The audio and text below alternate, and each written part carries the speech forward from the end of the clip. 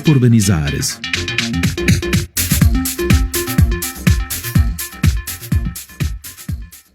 Dobar vam dan, poštovani slušatelji i gledatelji. Ja sam Sanja Rabuzin-Pavić. U Oporbenom zarezu danas nam je gost predsjednik Živog zida Ivan Vilibor Sinčić, bivši saborski zastupnik, sada europarlamentarac. Dobar dan i dobrodošli. Dobar dan, hvala vam i pozdrav svim slušateljima.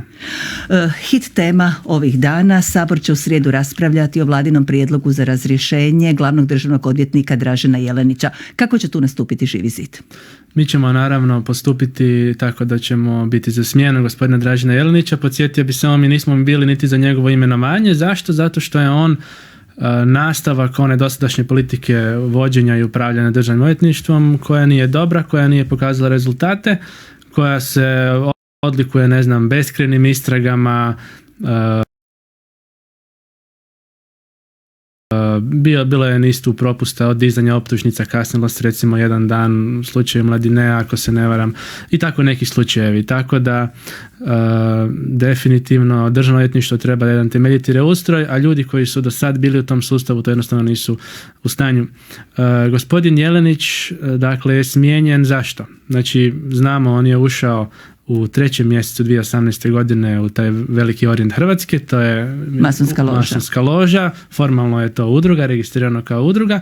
Zatim u 4. mjesecu je imenovan za glavnog državnog odvjetnika, u 5. mjesecu je počela ona afera Borg, prvi mailovi su se počeli razmotavati, raspetljavati i onda je to išlo već kako koji tjedan.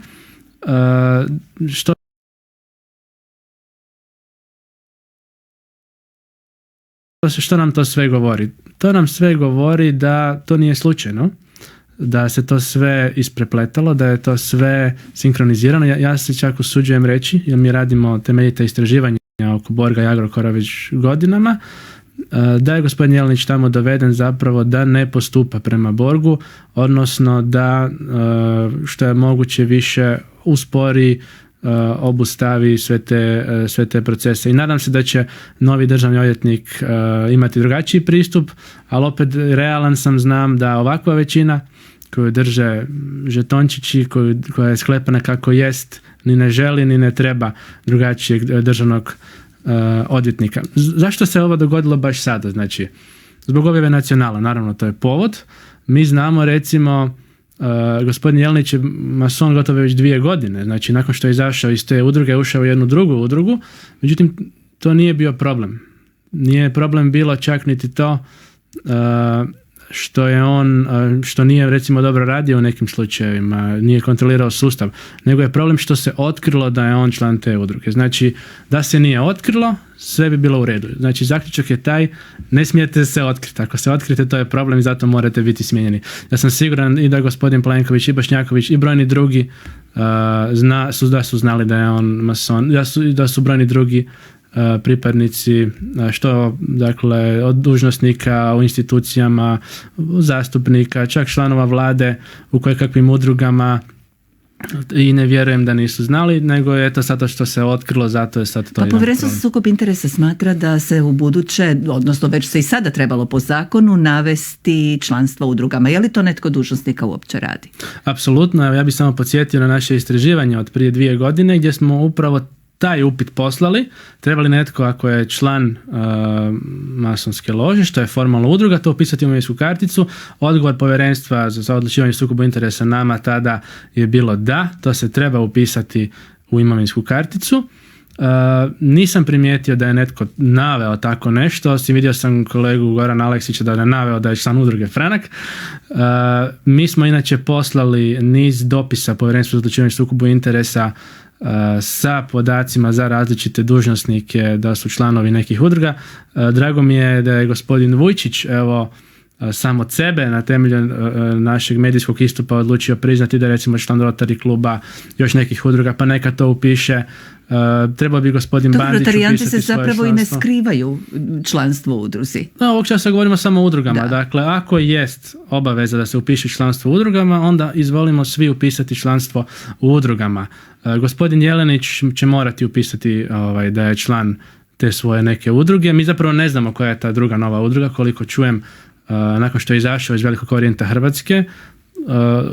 Ime te nove udruge nije čak želio javno odati, on će to morati napraviti.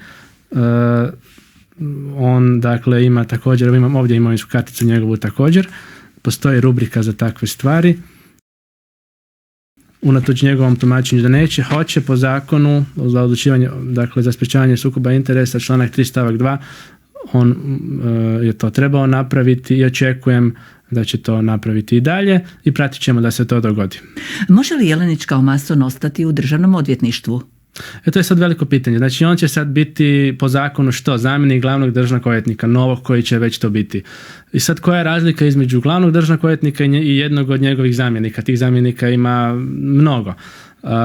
Nije velika razlika zapravo. Tako da postavlja se pitanje može li mason biti zamjenik glavnog državnog odvjetnika.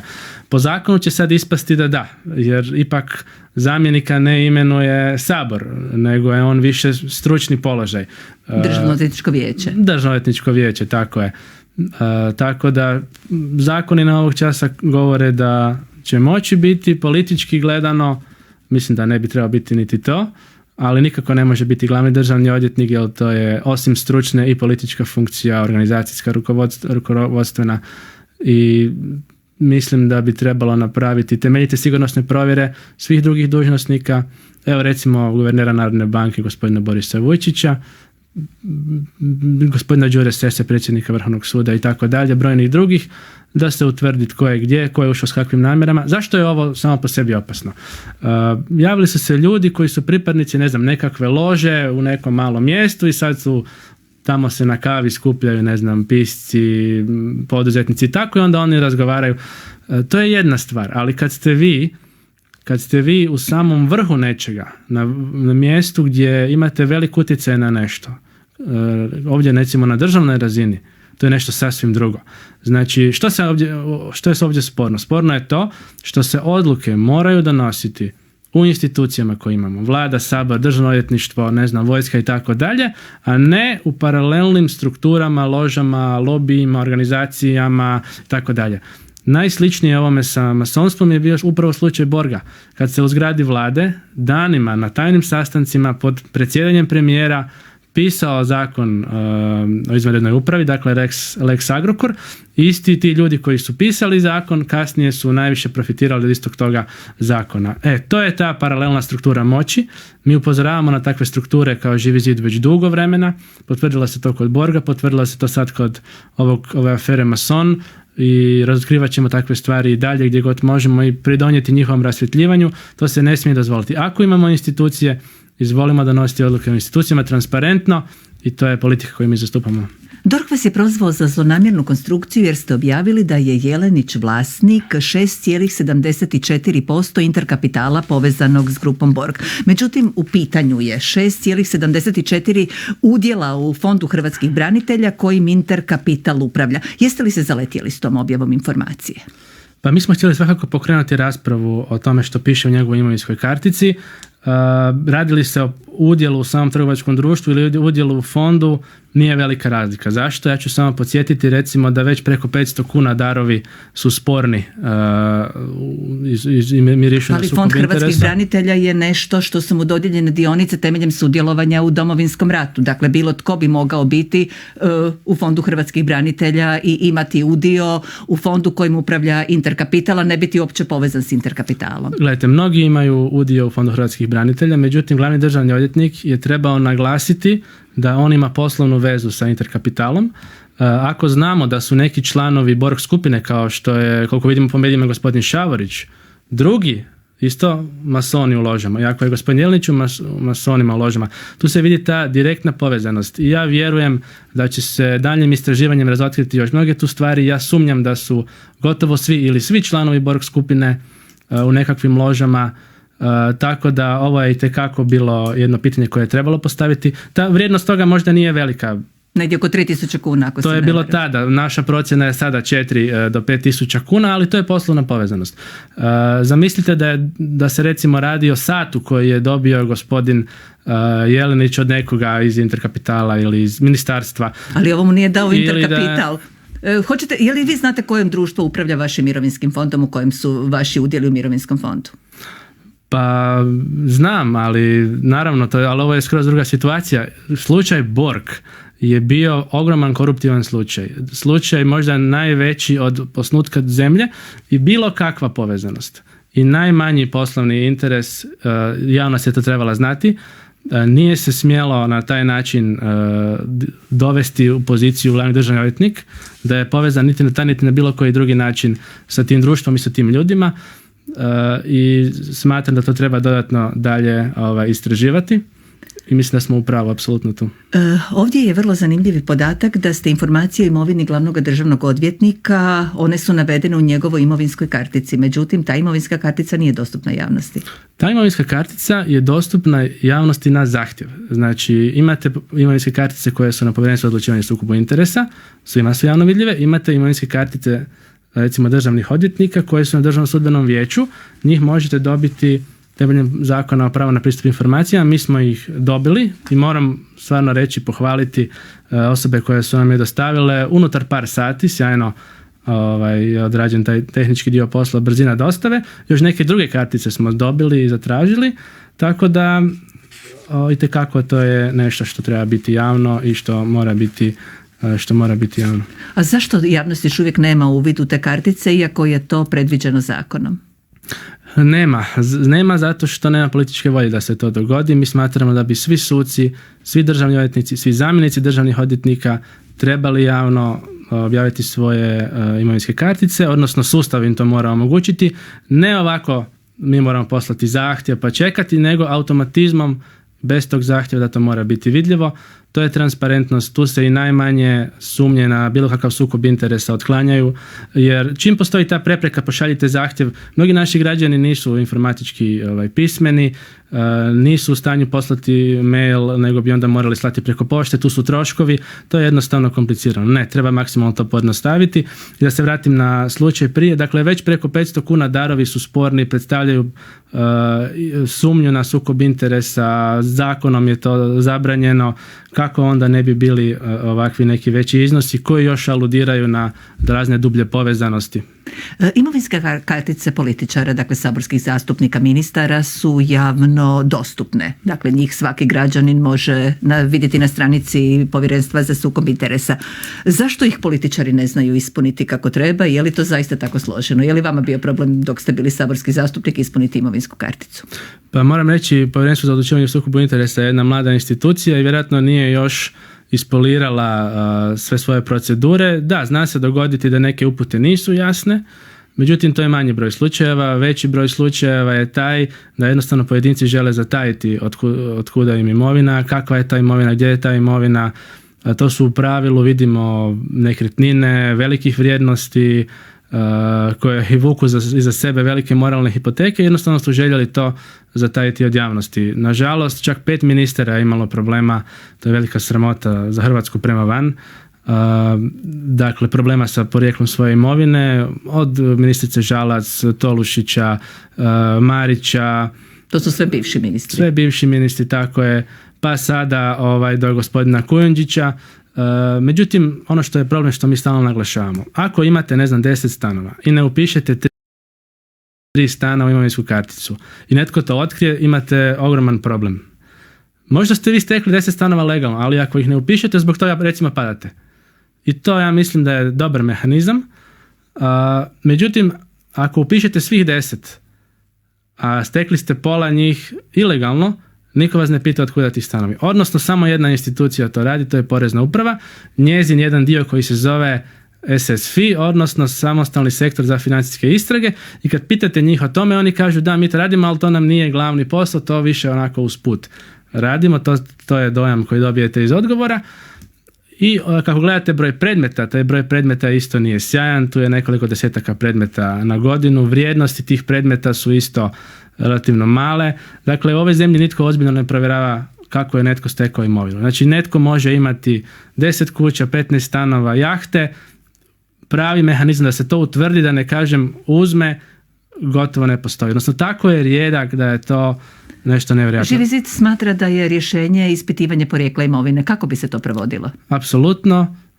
Postoji više načina na koji se to može raditi. Samo bih htio podsjetiti da je u originalnom prijedlogu zakona, ako se ne varam iz 2015. postojala mogućnost i da samo Povjerenstvo za odlučivanje o sukobu interesa ima puno jače alate i da može ispitivati porijeklo imovine. To nije nikada zaživjelo, nego je taj zakon reduciran. U pravilu se to radi preko Porezne uprave. Dakle, Porezna uprava je umrežena sa svime, ima uvid sa poreznim karticama, sa svem što je upisano u vezi poreza, dohotka, tu su zemljišne knjige,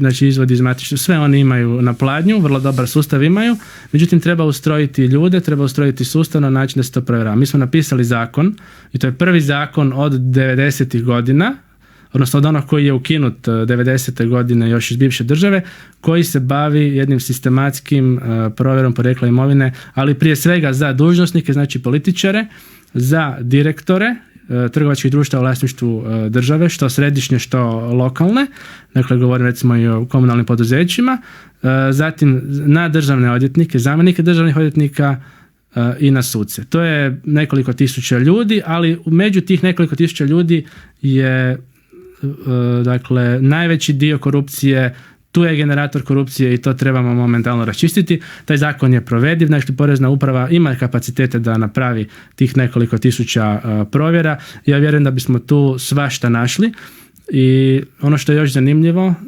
prilikom bilo kakvog stupanja na dužnost radi se takva provjera.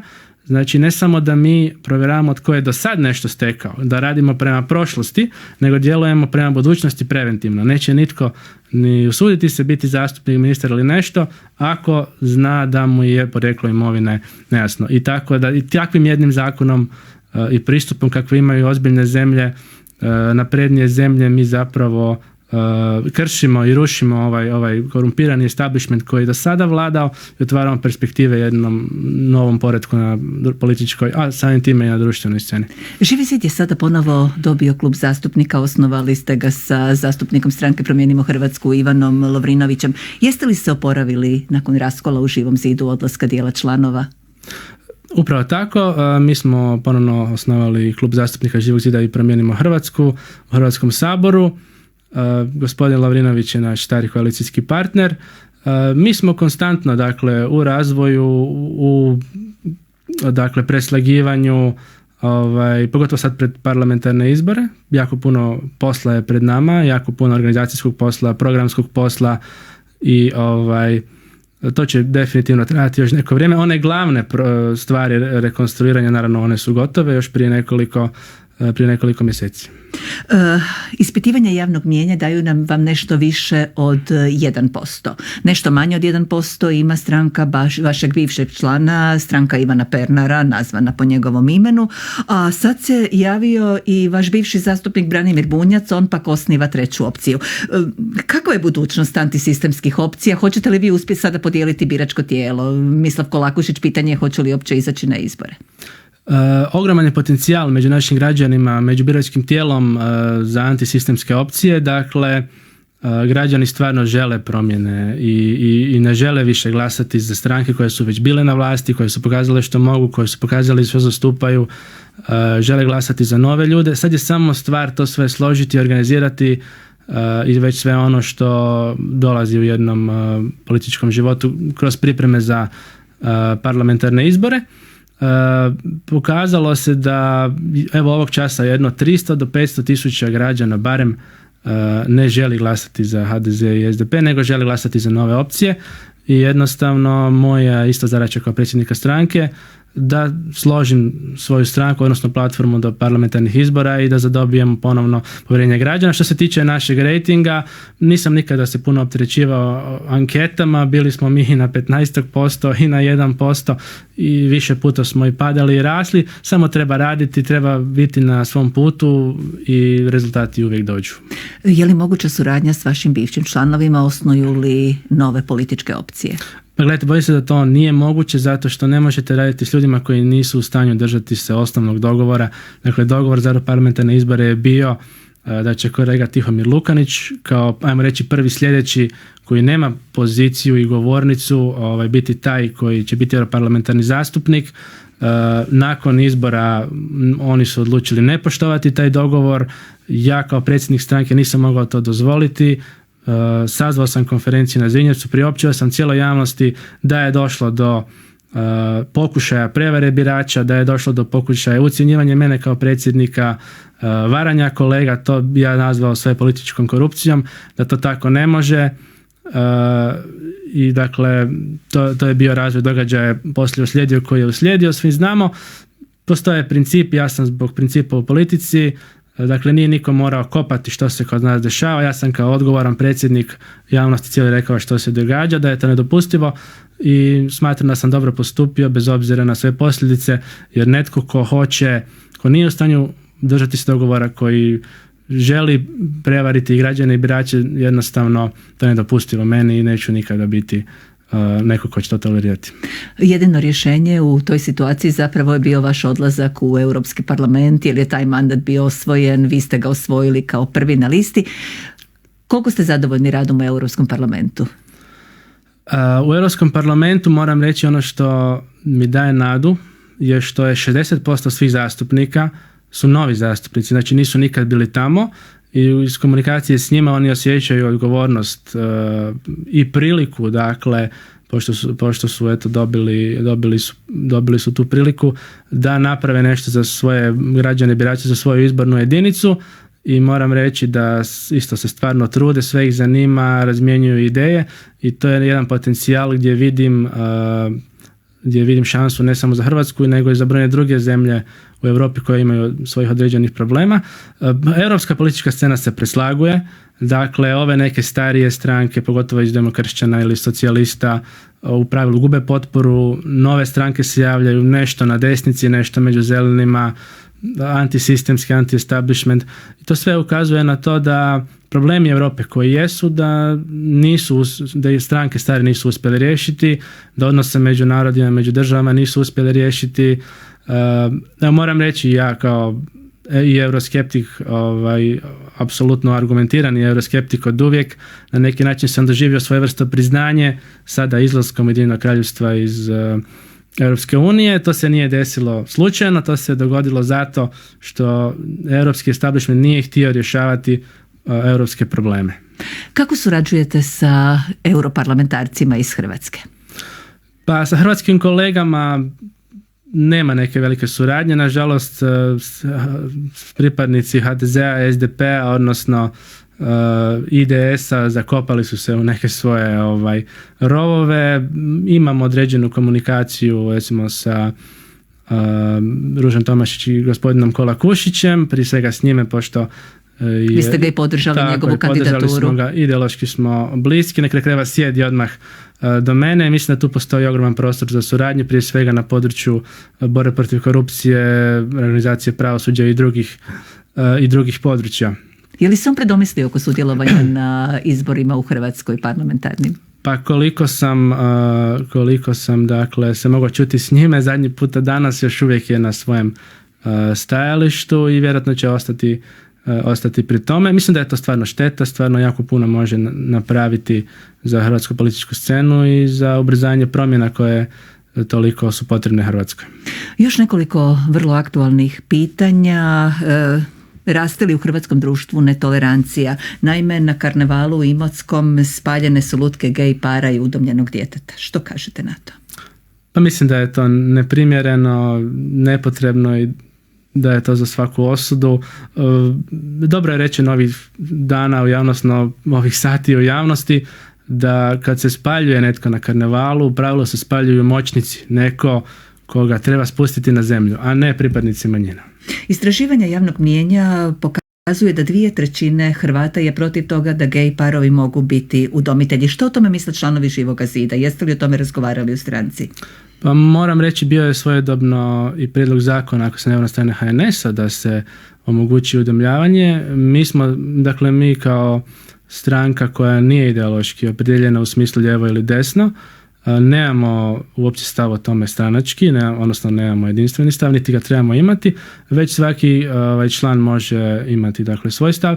Mi smo tada predložili da se, to je bilo prije 2 godine, da se napravi znanstveno istraživanje i ako bi ono pokazalo da se dijete može na jednak način razvijati kao i, ajmo reći, u konvencionalnoj obitelji, da je onda to naravno nešto za podržati. Još nešto o inicijativama Živoga zida. Sudjelujete u inicijativi protiv uvođenja eura. Zašto? Apsolutno. Vraćamo se na probleme Europe, odnosno Europske unije. Europska unija je rađena na način da je prvo rađen nekakav temelj, pa onda krov je euro i sad fale ti katovi između, fale etaže. Problem euro je zapravo, ajmo reći, glavni problem Europe. On umjesto da je povećao zaposlenost, da je ubrzao izlazak iz krize, on je dodatno produbio onu krizu iz 2007. 2008. Ako gledate recimo rast SAD-a i rast Europe u tih 7-8 godina, Amerika je narasla 15%, Europa je ostala oko nule. Ukratko rečeno oko eura. Euro nije jedan nefunkcionalan projekt. Ja obično volim to reći na principu broda. Ako brod koji je Hrvatska ide do nekakve luke na drugoj strani mora koja se zove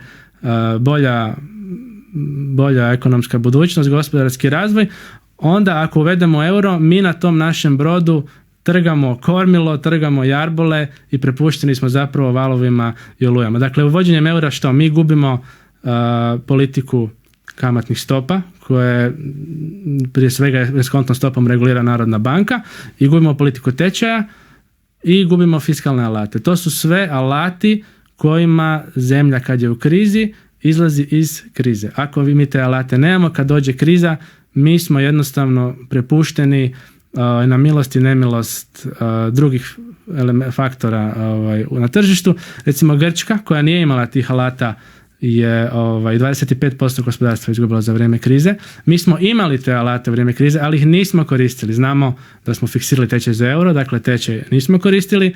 Kamatne stope imali smo eskontno visoku 7 ili 9% u to vrijeme, dakle nismo koristili. Dakle, i izgubili smo prve godine 9 i nešto posto gospodarstva. Znači, to što smo tad doživjeli, još gore nas čeka ako uvedemo euro. Još jedna vaša inicijativa, upozoravate na opasnost uvođenja 5G tehnologije. O čemu se radi? Radi se zapravo problem na nekoliko razina. Ja bih samo htio napomenuti da recimo zadnji događaji su u Švicarskoj i Sloveniji. Slovenska vlada nije prihvatila strategiju za raspisivanje frekvencija, koncesije na frekvencije za 5G mrežu, upravo zato što se želi istražiti i štetne učinke na zdravlje. To je jedna, ajmo reći, pobjeda nas koji želimo raspravu. Dakle, mi nismo protiv, nego smo mi za raspravu, za provođenje istraživanja, pa kad budemo imali informacije, onda možemo donijeti odluku za ili protiv. Druga stvar što se dogodilo u Švicarskoj. U Švicarskoj se također sada traži da se ispitaju svi dodatni efekti. Kantoni su to tražili, pa kad se to bude napravilo, onda će se također vidjeti što dalje. Dogodila se upravo situacija da su građani tih kantona nisu htjeli dozvoliti povećanje sigurnosnih razina zračenja za ta svoja područja. Dakle, da skratim priču, prije 20 godina, 98. godine, Međunarodna komisija ICNIRP je postavila plafon koliko smije biti zračenja. U vatima po metru kvadratnom, u voltima po metru. Sad cijeli svijet, ajmo reći, je negdje ispod tog plafona. Hrvatska je nažalost među zemljama koje imaju najviše dozvoljene vrijednosti. Njemačka je malo iznad nas. To su sve one bazne stanice koje su po gradovima. Tako je. Njemačka je malo iznad nas, ali u Njemačkoj na lokalnoj razini to je sve regulirano, tako da oni su u pravilu nekoliko stotina puta imaju manje dozvoljene vrijednosti nego kod nas. Sad što je problem recimo u talijanskim gradovima koji se tome protive? Oni imaju određene standarde zračenja i sad da bi se uvela 5G tehnologija, te kompanije traže dignite svoje standarde. Oni to ne žele švicarski kantoni, i zato je tu došlo do zaustavljanja. Tako da mi tražimo da se istraže svi efekti. Prije 20 godina ta Međunarodna komisija uzela u obzir samo termičke efekte. Kako se zagrijava nešto zbog zračenja. A biološki utjecaj na tkivo, ne znam, na krv, na stanice, tad se nije znalo i oni su to priznali kakvi su to učinci. Sad se o tome puno više zna i sad tražimo da se to uvede u te standarde međunarodne i čak sam tražio od povjerenika za okoliš i oceane gospodina Sinkevičiusa da se to te spoznaje uvrste u nove standarde zaštite od zračenja. Razgovarat ćemo, pretpostavljam, u nekoj od idućih emisija Oporbenog zareza o toj i drugim temama. Bilo je to sve u ovoj emisiji u kojoj nam je gost bio predsjednik Živog zida Ivan Vilibor Sinčić. Hvala što ste došli. Hvala vama.